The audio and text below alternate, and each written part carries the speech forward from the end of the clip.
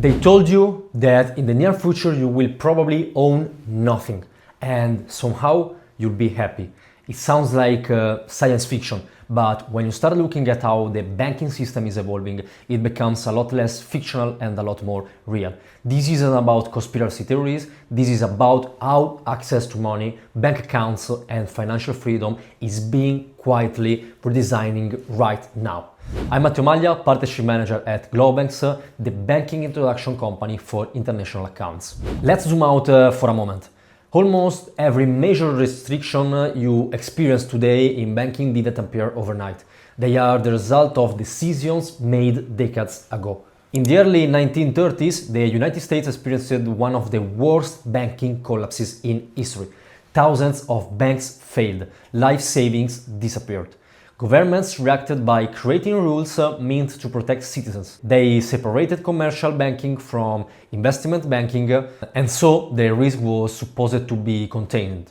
Around the same time, Switzerland took a completely different approach. They didn't just protect deposits, they protected privacy. Banking secrecy wasn't a service, it was written into law. For decades, this system worked, money was safer, privacy existed, banks were conservative. Then everything started to change. In the 1970s and 1980s, banks wanted higher profits. They looked at financial markets and thought, why not us? So rules were slowly bent, then quietly removed. And by the late 1990s, the wall between traditional banking and speculation was gone. Mega banks were born, risk exploded. When those risks collapsed in 2008, banks were rescued with public money. Not because they were innocent, but because they were considered like too big to fail. That moment changed everything. Politicians promised reform. What followed instead was something very different. Massive compliance laws, endless reporting obligations, total transparency not for banks but for clients. So your information shared everywhere. And FATCA forced banks worldwide to report on US citizens. CRS expanded this to over 120 countries. Banking secrecy didn't disappear because it was immortal. It disappeared because governments needed control. From the moment on, banks were no longer just financial institutions. They became compliance machines. And compliance is expensive. Monitoring a single complex client can cost thousands every single year. One mistake can result in fine reaching hundreds of millions. So banks did the math. Keeping certain clients is no longer worth the risk. This is where modern banking comes from. Not ideology, not morality, pure mathematics.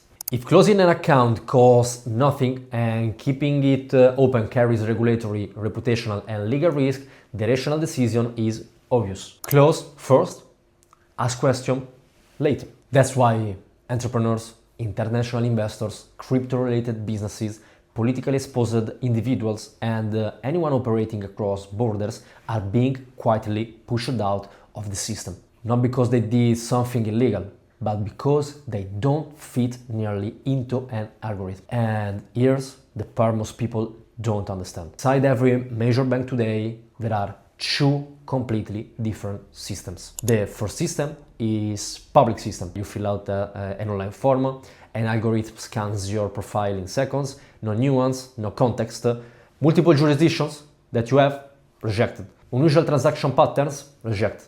Foreign ownership structures, rejected. Once you rejected, that information doesn't disappear. It circulates between all the banks. And in some countries, one rejection can silently poison future application at other banks. The second system is completely different. It's private, it's rational, and it's older than modern banking itself. For centuries, serious banking relationships were never built through forms or websites. They were built through introductions. Reputation vouched for reputation. The bank did just see a name on a screen. It saw context, explanation, intent. The system never disappeared. It just became invisible. Today, access to it is limited and highly controlled. This is where most people make fatal mistakes. They ask their accountants, they ask their lawyer, they apply on their own. They assume that having money is enough. It isn't. Algorithms don't care about your balance. They care about perceived risk. Once you're flagged, you don't get a second explanation. You just lose access. This is why the conversation about you will own nothing matters in banking. Ownership today isn't just about assets, it's about access. What's happening now is not a sudden collapse, it's a gradual redesign. More reporting, more digital control, more centralized decision making, and fewer doors open for independent profiles.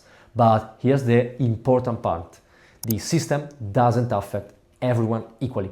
Those who understand how international banking actually works are already positioning themselves differently.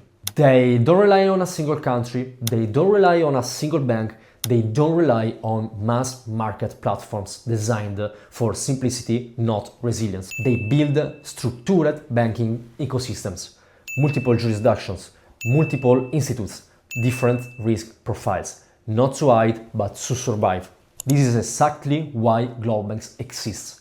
We don't sell accounts, we don't push one country, we don't rely on public application paths. We analyze your profile, your business, your exposure.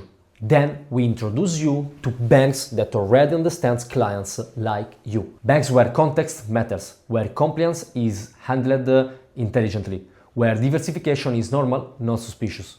Because the future of banking is not about having more money, it's about having access. And access is becoming a privilege, not a default. The real question is whether you adapt early or discover too late that one closed account was all it took. If you want to understand how to structure real banking freedom in this new environment, stay tuned, because this is only the beginning. See you in the next video.